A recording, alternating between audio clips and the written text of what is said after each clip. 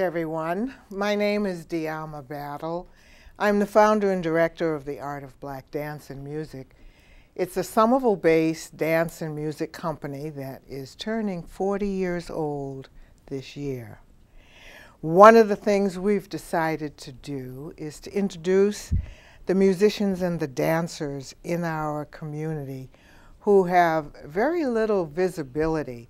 So we're hoping, as one of the sort of, quote, grandmother companies, that we can provide a space here at SCAT and also move this around the cities to CCTV and BNN, giving each company some exposure.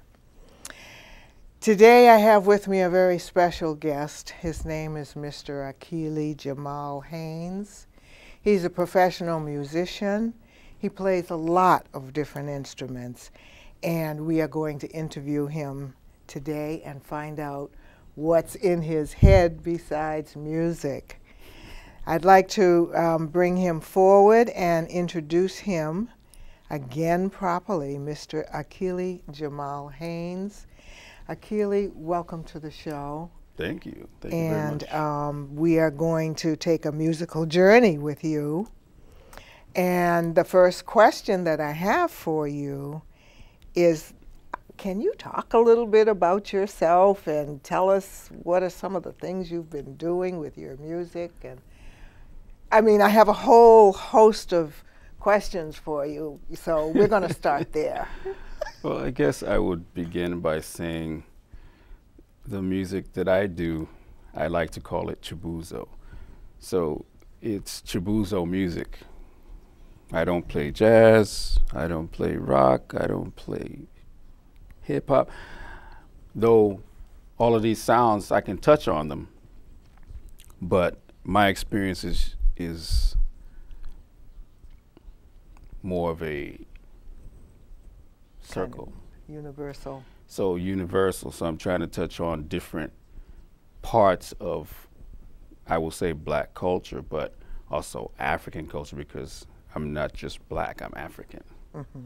Mm-hmm. So Chibuzo is actually adopted from Nigeria. It's an Igbo name.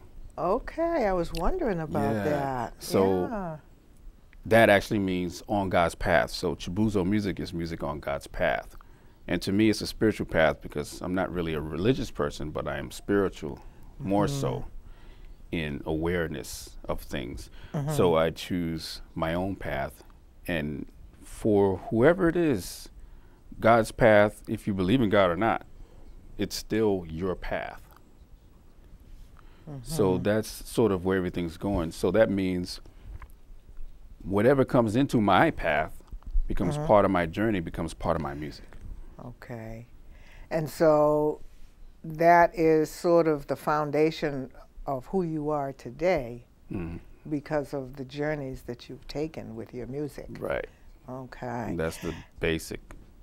Okay. You know what I'm wondering is, can we have a clip right here of your music, and then you can kind of lead us in terms of what that clip is going to be about? Sure. What we're going to do now, it's funny because the song is actually called Now. We're going to do Now. Now. No, not that now, this now. The other now. So, and that's actually part of the fun of it, because there's so many musicians that work with me, and sometimes it's different musicians. You know, I guess I should introduce who's going to be on the clip. We have on bass, we have Mr. Ron McD, who is a professor at the Berklee College of Music, and he lives in the New England area. Mr. Kyle Miles, who actually years ago was Ron McD's student. Oh. And when I called them for this, they didn't know they each were coming until I said, oh, Ron McD's coming. And Kyle said, oh, McD's going to be there? I said, yeah, McD's going to be there. Oh, yeah, nice. So they're playing basses together. Kyle is playing the electric, and Ron is playing the acoustic. And then on drums, we have a great drummer who's played with Ahmad Jamal, who's played with McCoy Tyner. He's played with many different artists. And we actually met maybe when I was in my teenage years in New York City. It's Yaron Israel on the drum set. And then my comrade on the African percussion side, Mr. Babakar Mohasek, who is from Senegal, playing sabar, playing tama. And then we also have on the keyboards Mr. Rollins Ross, who has played with Donna Summers. I'm laughing because he has a joke about that. That was in the 70s. Now I'm playing with Akili. So I said, okay, I hope we can make that happen. A historical venture. Yeah, so, but he's played with so many people, has many artists. He has also managed artists, and he's actually helping with Chibuzo music and the art and soul of Chibuzo music in many different ways, supplementing audio and video, and actually helping to mentor me with Final Cut Pro. I'm learning to edit, learning Logic Pro. I'm learning to edit software, not edit software, but edit with the software. With the software, yeah. Edit audio and edit video. So I've been doing that, and he's been very influential to me for that. Also on keyboard, we have Mr. Alexander Anderson, who's the newest person I've met, and he's playing keyboard also. So we have 2 keyboards, 2 basses, 2 African drummers, 1 drum set. We usually have 2 drum sets. Sometimes there's 17 people on the stage. Right. So not 2 drum sets today, but 2 of everything else except for the tenor saxophone, which is going to be played by Craig Hill. And the youngest guy in the band, Mr. Fred, we have to say Fred, I think we have to say Frederick Woodard, but Fred Woodard III, just turned 18 and just graduated high school. He's playing violin. And he's from the Roxbury area.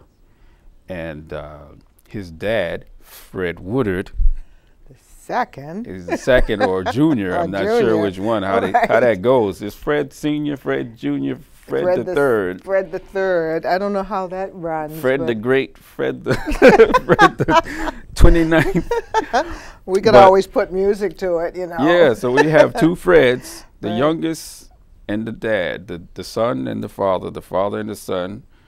The father plays the guitar. And who else is missing? I think that's all. And then there's me. And then there's you. And what I'm doing on this one is I'm beginning by playing the djembe. And then at some point, I do move over to the trumpet. So that's what we're listening to, and it's called Now.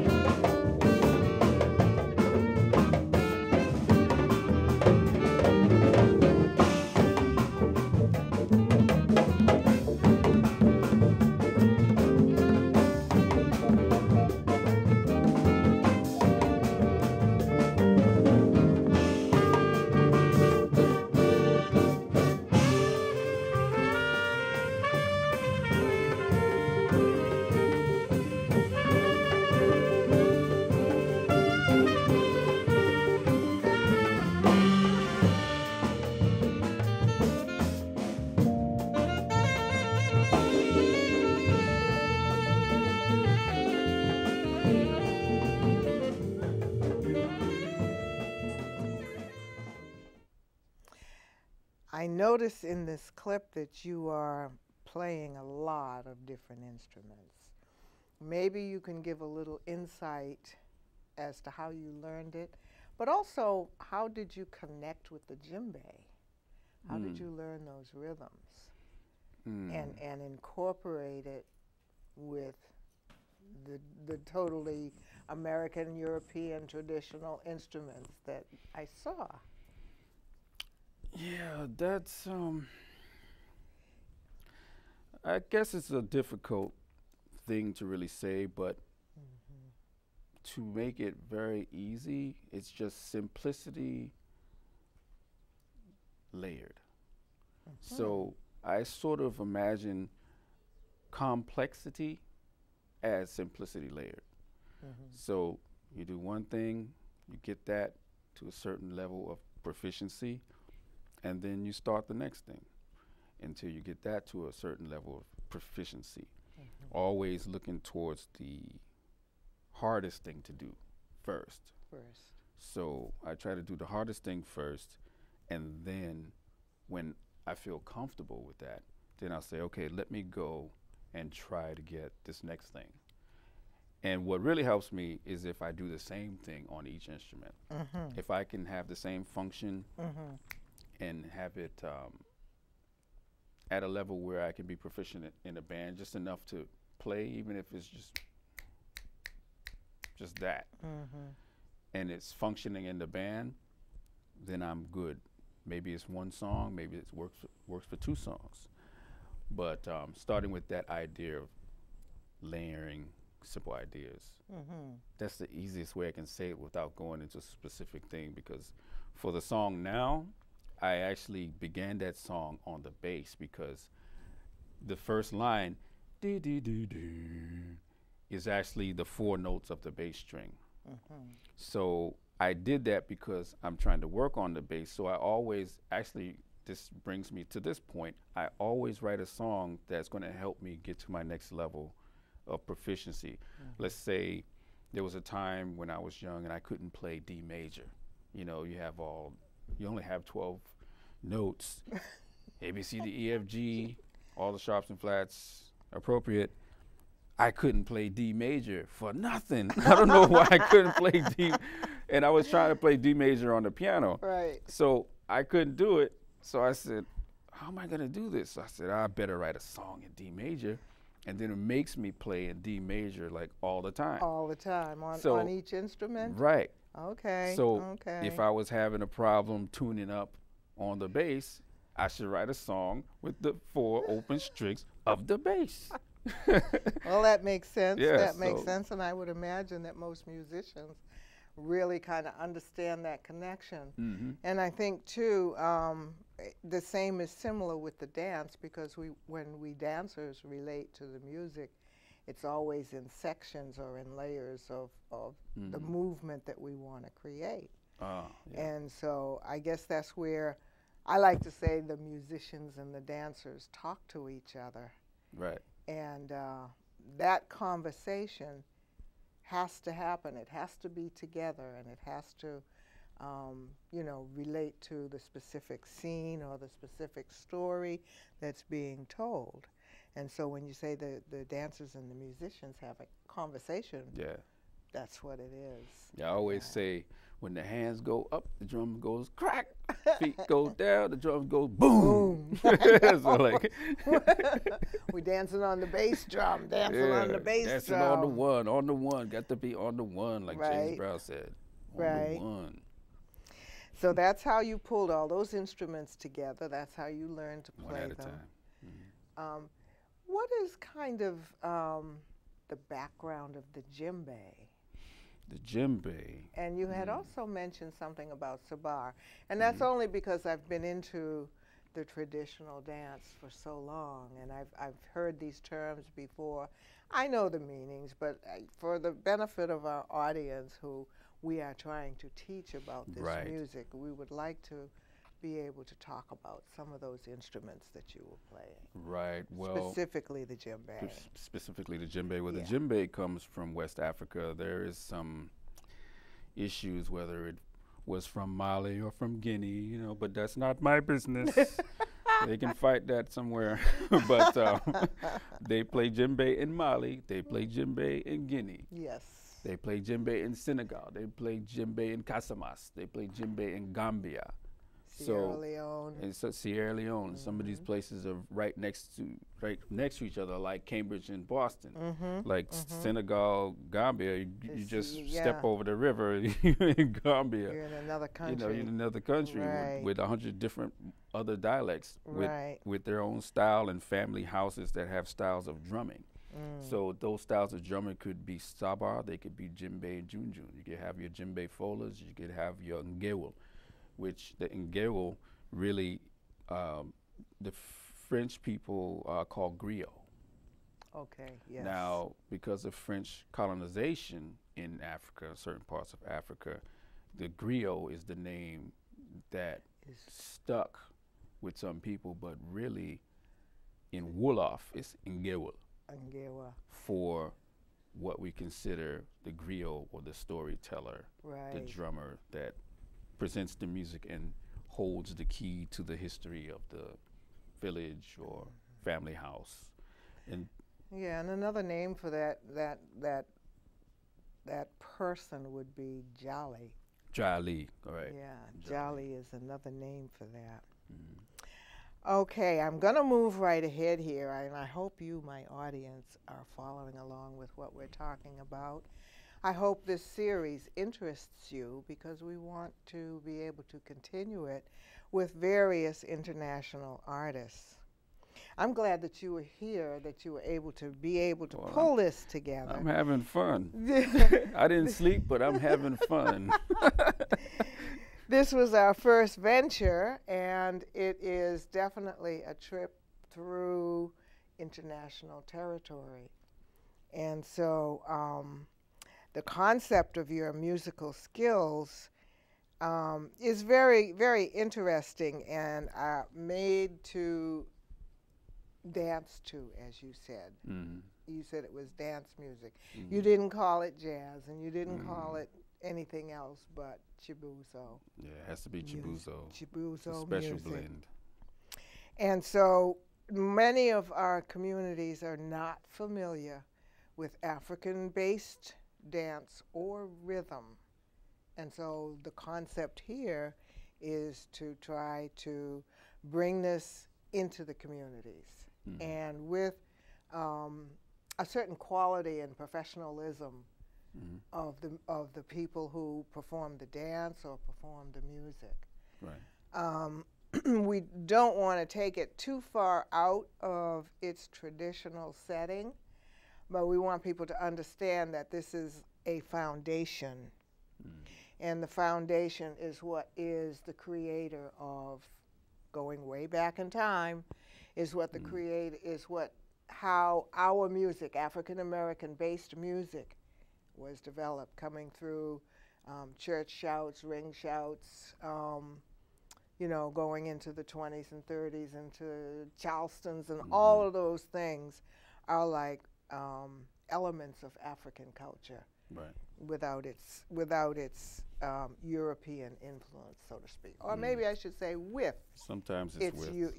With its European influence. So that helps us to understand how our music sits within society. Are there any other things that you would like to add to this? How would you like to see yourself in 5 years, perhaps? 5 years' time? Yeah. Where would you like to be in 5 years with your music? I'd like to be 5 years older, still on the planet, 5 years smarter, 5 years richer. Oh, gosh. 5 years with more fun experiences under my belt. And also, actually, you know, all joking aside, I want to be a healer with my music. So there was a time period when I called Chibuzo music medicine music. I think I've even heard Fela mentioning that. You hear Bob Marley talking about, you know, when the music hits you, you feel no pain, you know.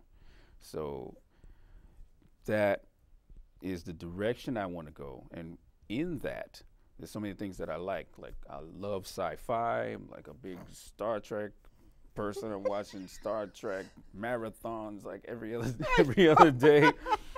And I have a lot of dreams, and I like to incorporate these things. So I hope in 5 years, taking a big cauldron, what I call a soul cauldron, and putting all these things in a cauldron and stirring it up so that we have this multimedia, multi-generational group, multidisciplinary group that actually can function as one thing.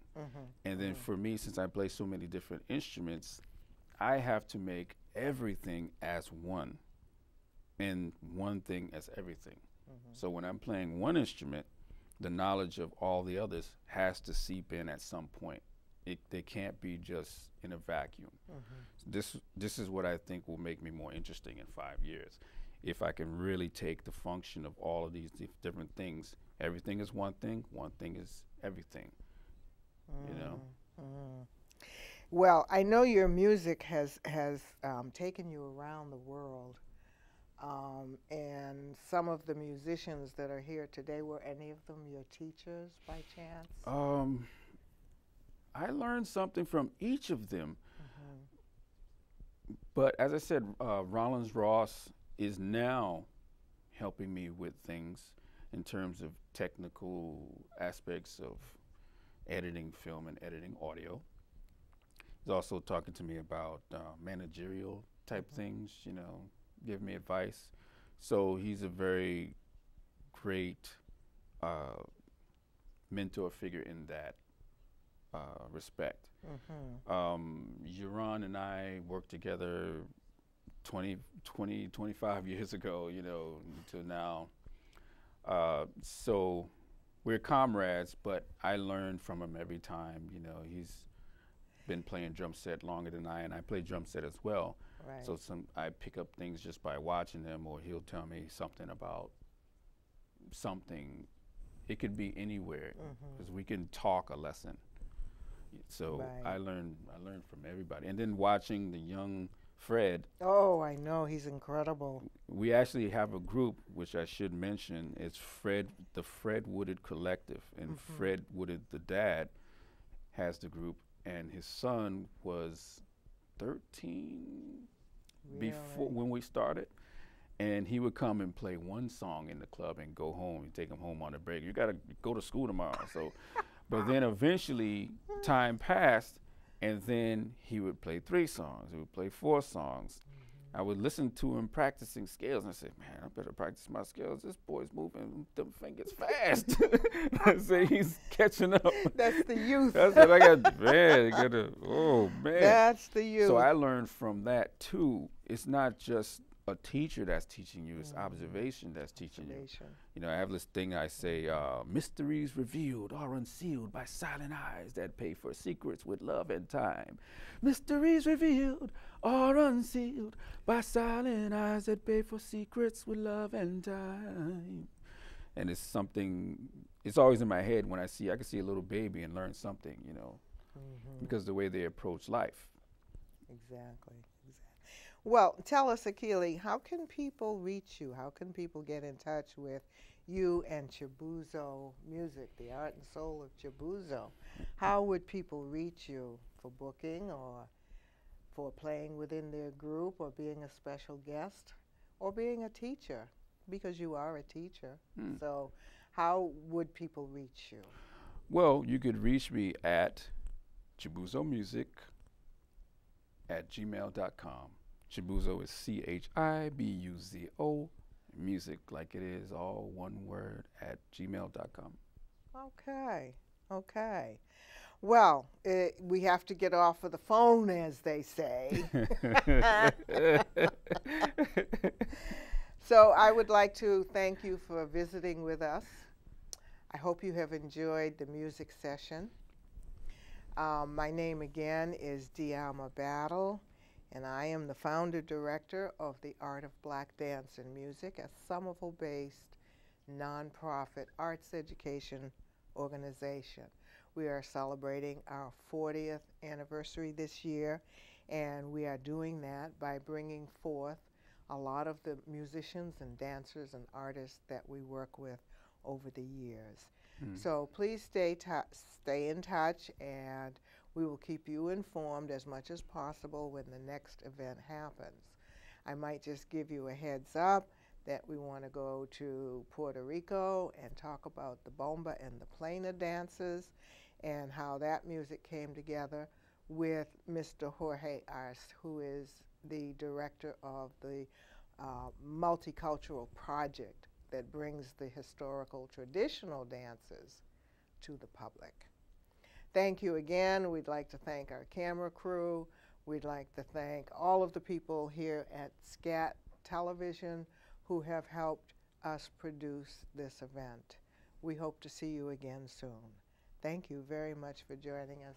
Thank you, Akili, for being here, for sharing your music with us. Thank you. Thank you for having me. It was wonderful. I had a lot of fun. Thank you. Good. Thank you, and we will see you later.